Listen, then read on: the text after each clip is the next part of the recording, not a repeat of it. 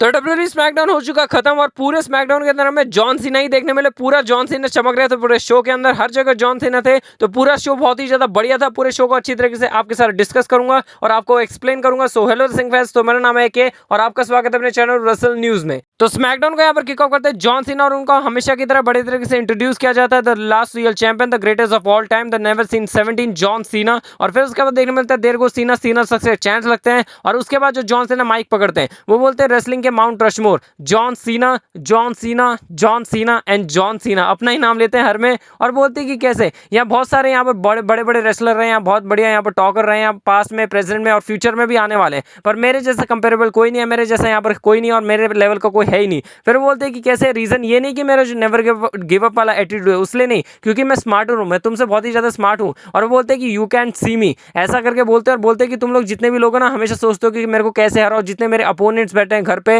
जो लोग यहाँ टीवी पे मेरे को देख रहे हैं और जो यहाँ अरीना के अंदर बैठे हैं, मैं एक चीज बता दूं, मैं तुमसे हमेशा 1000 स्टेप अहेड हूं, तुमसे 1000 स्टेप आगे हूं। और उसके बाद बोलते हैं कि कैसे तुम लोग हमेशा यहाँ पर वरीड रहते हो कि अभी प्रेजेंट के बारे में, अभी क्या होने वाला है, पर मैं हमेशा अच्छे से वरीड रहता हूँ कि हमेशा आगे के लिए क्या प्लान है और सारी चीजों के बारे में। वो बोलते हैं कि कैसे जो मूवमेंट है मेरा यहाँ चैंपियनशिप जीतना ईयर अगो, एक साल होने वाला है, वो बोलते हैं कि कैसे मैंने यहाँ पर रिटायरमेंट अनाउंस की थी अपने, और बताते कि कैसे यहाँ पर जो 6 मंथ्स है वो अभी लेफ्ट रह गए। और फिर बोलते हैं कि कैसे जो मेरे लाइकली अपोनेंट्स है वो यहाँ पर आ रहे हैं सामने। और फिर बोलते हैं कि कैसे मेरे को पता था सारे के सारे बंदे रॉयल रंबल के अंदर उतरेंगे, अगर मैं उसे नहीं जीता तो मैं एलिमिनेशन चैम्बर के अंदर चला जाऊंगा। जो सीनियरिटी है, मतलब जो बड़े हैं वो यहाँ पर बहुत ही बड़ा रोल है उनका जॉन सीना का, तो वो इसी चीज का यहाँ फायदा उठा के यहाँ पर अपना स्पॉट ले लेंगे एलिमिनेशन चैम्बर के अंदर। फिर वो बोलते हैं एलिमिनेशन चैम्बर के अंदर पंक और रॉलिंस का जो झगड़ा ये तो होना था, मेरे को पता था और ये मेरे लिए आसान बनाएगा और मैं एलिमिनेशन चैम्बर जीतूंगा। और मैं जीता भी। और मेरे को ये भी पता था जो कोडी रोड से यहाँ पर एलिमिनेशन चैम्बर के अंदर पूरा उसका ध्यान फाइनल बॉस की तरफ रहने वाला है, और वही हुआ। और उसी बात का उन्होंने फायदा उठाया, उन्होंने कुछ नहीं करना था यहाँ पर, उन्होंने इनको मूवमेंट लेना था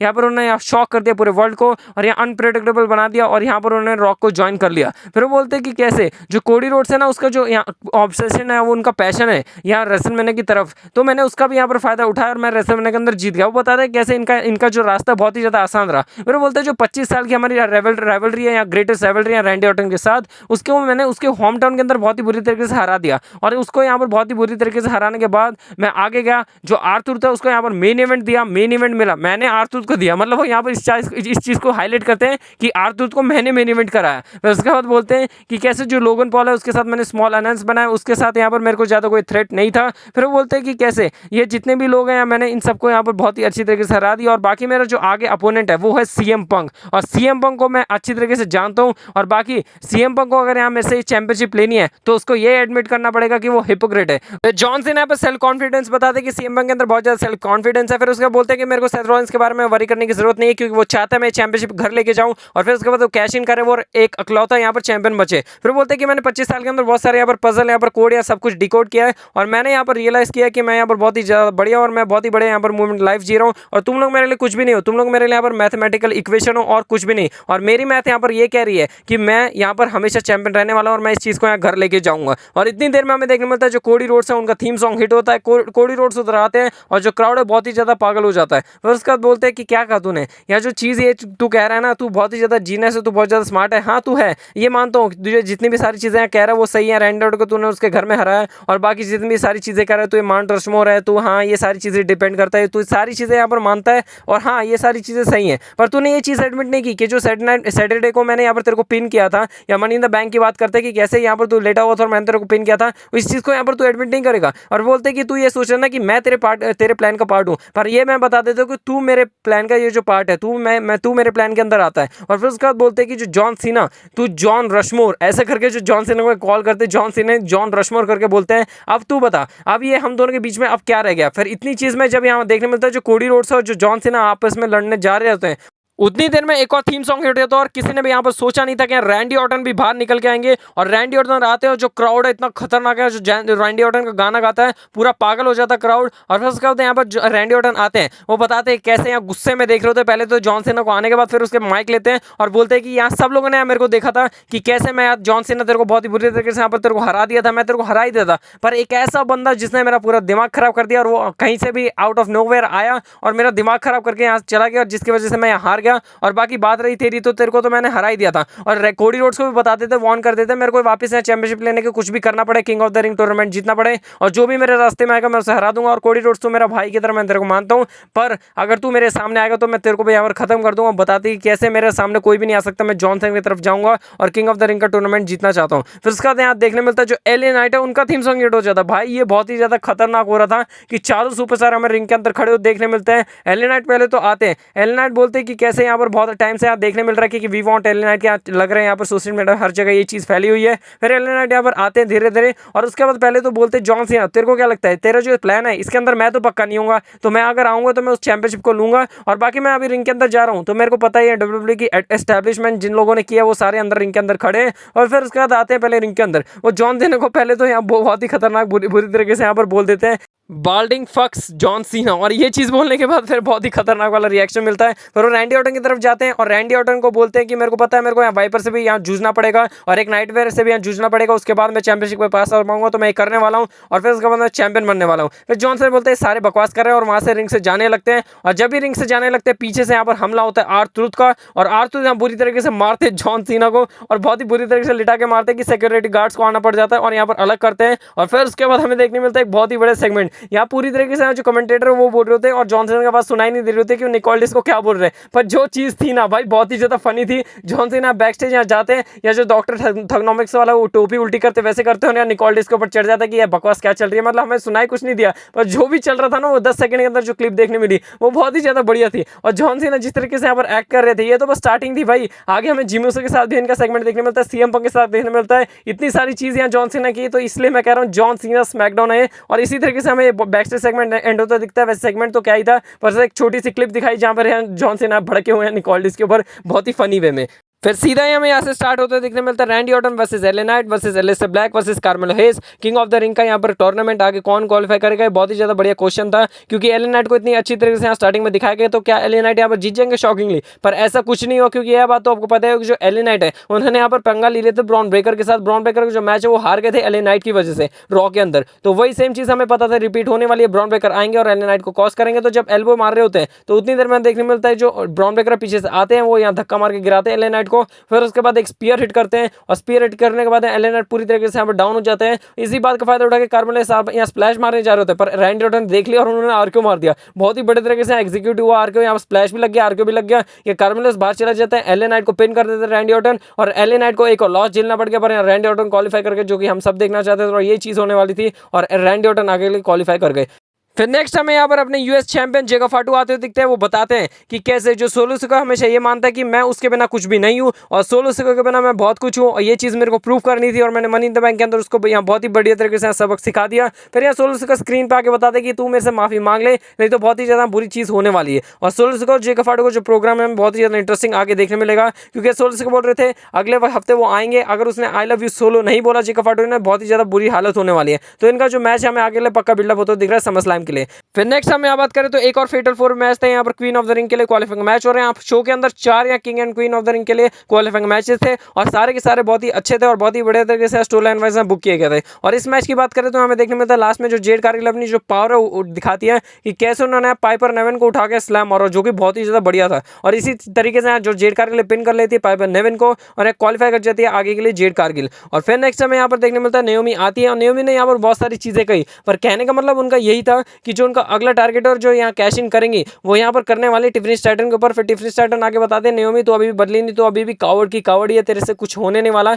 और तू पुरानी वाले नेओमी है, तेरे में कुछ यहाँ अलग बदला नहीं है। तो नेओमी वहाँ से जारी होती है, नया जैक्स पीछे से अटैक करती थी, कैश इन करने का मौका था पर नया जैक्स ने यहाँ पर करने नहीं दिया और उसके बाद टिफनी स्टैटन को बहुत ही बुरी तरीके से नया जैक्स ने धो दिया। फिर नेक्स्ट हमें यहाँ पर देखने मिलता है MCMG वर्सेस वाइट सिक्स का मैच था और यहाँ पर मेरा यहाँ बहुत ही ज़्यादा बढ़िया वाला डाउट है कि भाई MCMG को आप लेजेंड्स करके बुलाया था, उनको इतनी बढ़िया तरीके से आपने बिल्ड किया था, स्टार्टिंग में आए थे यहाँ पर ब्लड लाइन को हरा दिया था, बहुत ही बढ़िया तरीके से यहाँ पर बुक किया था आपने MCMG को, पर अब यहाँ इतनी बुरी तरीके से बुक कर रहे हैं। बाकी MCMG तो छोड़िए, पूरे यहाँ पर डिवीजन को बुक कर रहे हैं बहुत ही बकवास तरीके से, कुछ यहाँ खास नहीं है, टैग टीम डिवीजन में कुछ मजा नहीं आ रहा है। और बाकी मैच की बात करें तो यहाँ वाइट सिक्स जीत कर ज़्यादा कुछ खास बताने लायक है नहीं। फिर नेक्स्ट हमें यहाँ पर खास बताने लायक ये चीज़ है कि जॉन सीना का एक और सेगमेंट देखने मिलता है और ये एक और होता है बैक स्टेज जिसमें ऑडियो तो थी और यहाँ आते हैं और पहले तो यहाँ फोन में जिमी उसो देख रहे होते हैं, यहाँ जॉन सीना पहले तो उनके फोन में देखते हैं और जिमी उसो वो छुपा लेते हैं जो भी चीज़ देख रहे थे, जो कि बहुत ही बड़े फनी लगी। फिर जॉन सीना यहाँ पर बताते हैं कि तूने आर्थर को देखा, फिर उसके बाद जिमोसो का रिप्लाई होता है नहीं, फिर उसके बाद बोलते तूने रॉन किलिंग्स को देखा, और फिर उसके बाद जिमोसो बोलते हैं मैंने उन दोनों को ही नहीं देखा भाई, मैंने किसी को नहीं देखा।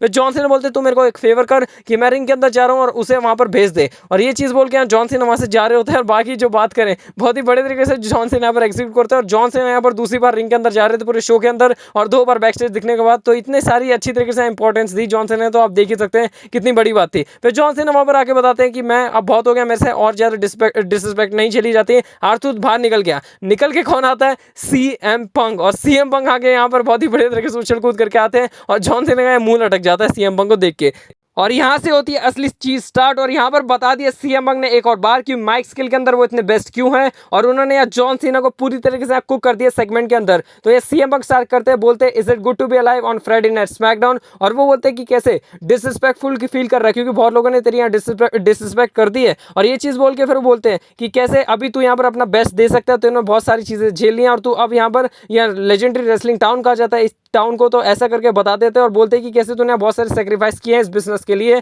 तो तू इन्हें एक अच्छी सी हैप्पी एंडिंग दे दे। और फिर उसके बाद यहाँ पर बताते हैं जॉन सीना क्यों दूं, मैं यहाँ अपना टाइम वेस्ट क्यों करूं, और बाकी फिर वो बोलते हैं कि कैसे जितने भी पीपल मेरे लिए मैटर नहीं करते, बास्केटबॉल मैटर नहीं करता, हॉर्स रेसिंग मैटर नहीं करता, और बास्केटबॉल और हॉर्स रेसिंग इसलिए कहा क्योंकि जो टाउन था उसके यहाँ पर बहुत ही ज़्यादा फेमस स्पोर्ट्स थे, और यहाँ पर बहुत ही बुरी तरीके से जॉन सीना बोल दिया। वो बोलते हैं कि जो एक ही चीज़ मेरे लिए मैटर करती है वो चैंपियनशिप। सीएम पंक यहाँ से कहते हैं कि कैसे एक पुरानी बात है कि अगर तुम एक स्ट्रॉन्ग मैन को यहाँ पर कुछ चीज़ कह दो या झूठी बात कह दो तो उस चीज़ से ऑफेंड हो जाता है, वही चीज़ मेरे साथ हो रही है कि कैसे मेरे को यहाँ पर हिपोक्रेट कहा जा रहा है। फिर उसके बाद बताते हैं कि कैसे जो मैं हूँ यहाँ पर, मैं बताता हूँ एक चीज़, तू यहाँ बोल रहा है ना कि कैसे तू यहाँ पर रूइन कर देगा पूरी रेसलिंग को, तो मैं यहाँ पर खड़ा और मैं इस चीज़ को यहाँ पर सेव करूंगा। फिर तूने क्या एक और चीज़ कही थी ना यहाँ पर, या सोशियोपैथिक या कॉन्फिडेंस का था, सेल्फ कॉन्फिडेंस का था, हाँ मैं इस चीज़ को यहाँ पर कॉम्प्लीमेंट की तरह लेता हूँ, और यही जो चीज़ है यहाँ पर मेरे को एक टॉप ऑफ द माउंटेन लेके गई, इतना बड़ा स्टार बनाया है, और यही चीज़ यहाँ पर मेरे को बहुत ही ऊपर तक लेके जाती है। और बाकी कॉन्फिडेंस की बात रही तो यहाँ जो बकवास है कपड़े पहन के आता है, इस चीज़ के ऊपर यहाँ मॉक कर देते हैं यहाँ सीएम पंक यहाँ जॉन सीना को।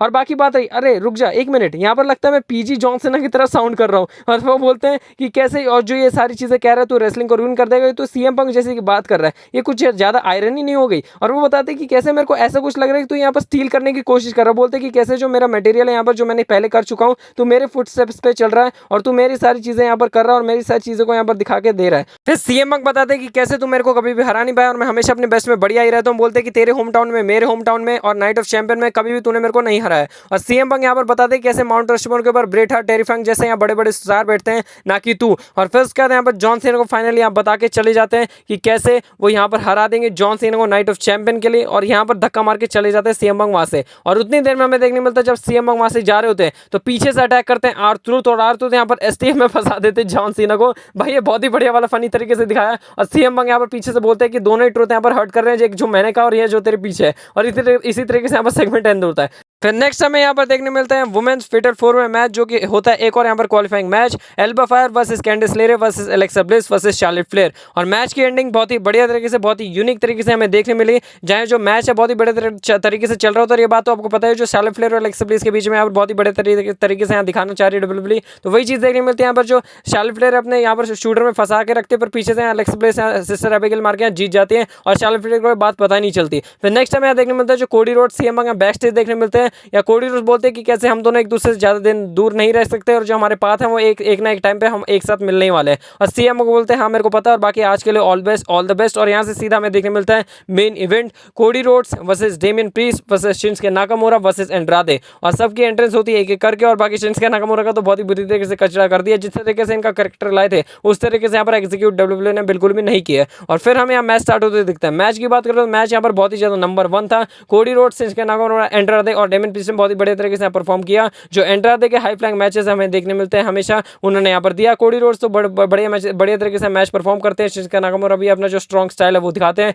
डेमियन प्रीस्ट यहाँ पर हमें पावर हाउस की तरह देखने मिले। तो मतलब सारे चारों के चारों जो सुपरस्टार टेक्नीशियन यहाँ पर सारे अलग अलग सुपरस्टार थे, मतलब सारे को अलग जो स्टाइल था यहाँ पर लड़ने का, और चारों एक ही मैच में डाल दे तो बहुत ही बड़ा मैच हमें डिलीवर होता दिखता है। यह सारी चीज़ें हमें देखने मिली है। कोडी कटर वगैरह यहाँ जो एंड्रादे अपने किक्स लगाते हैं, शिंसुके नाकामुरा अपना किंशासा वगैरह, डेमियन प्रीस्ट के चॉक स्लैम या साउथ ऑफ हेवन, 7 सारी चीज़ें हमें देखने मिली। और लास्ट की एंडिंग की बात करें तो एंडिंग हमें ऐसे देखने मिलता है, शिंसुके नाकामोरा क्रॉस लगाना जा रहे होते हैं, क्या लगाने जा रहे होते हैं वही जाने। वो यहाँ पर अंडरटेकर के हैं जो रेस्ट इन पीस वाले हैं, जो थंब है वो सिग्नेचर इमोट करते हैं, और यहाँ पर कोडी रोड्स उल्टा पलट देते हैं, क्रॉस रोड मारते हैं यहाँ पर शिंसुके नाकामोरा को 1 2 एंड 3, और यहाँ पर कोडी रोड्स आगे लिए क्वालिफाई कर जाते हैं और वो जीत जाते हैं। और ये तो पता ही था हमें कोडी रोड्स आगे देखने मिलेंगे, और चांसेस मेरे को ये लग रहा है कि कोडी रोड्स और रैंडी ऑर्टन हमें फाइनल में ना देख हो सकता है कि देखने मिल जाए, जो कि बहुत ही बढ़िया चीज़ हो जाएगी। बाकी पूरे स्मैकडाउन अच्छी तरीके से एक्सप्लेन करते हैं, और मैंने आपको कहा था ना ये जॉन सीना स्मैकडाउन इसे नाम दे दिए, इसलिए कही क्योंकि 4-5 बार हमें जॉन सीना देखने मिला और बहुत ही अच्छे टाइम उन्होंने आज के स्मैकडाउन को दिया। बाकी आज कमेंट सेक्शन के अंदर बताया कि आपको आज का स्मैकडाउन कैसा लगा। बाकी ऐसे इंटरेस्टिंग न्यूज़ अपडेट सारे शो के लिए देखने के लिए चैनल को सब्सक्राइब करें, ट्यून रहे।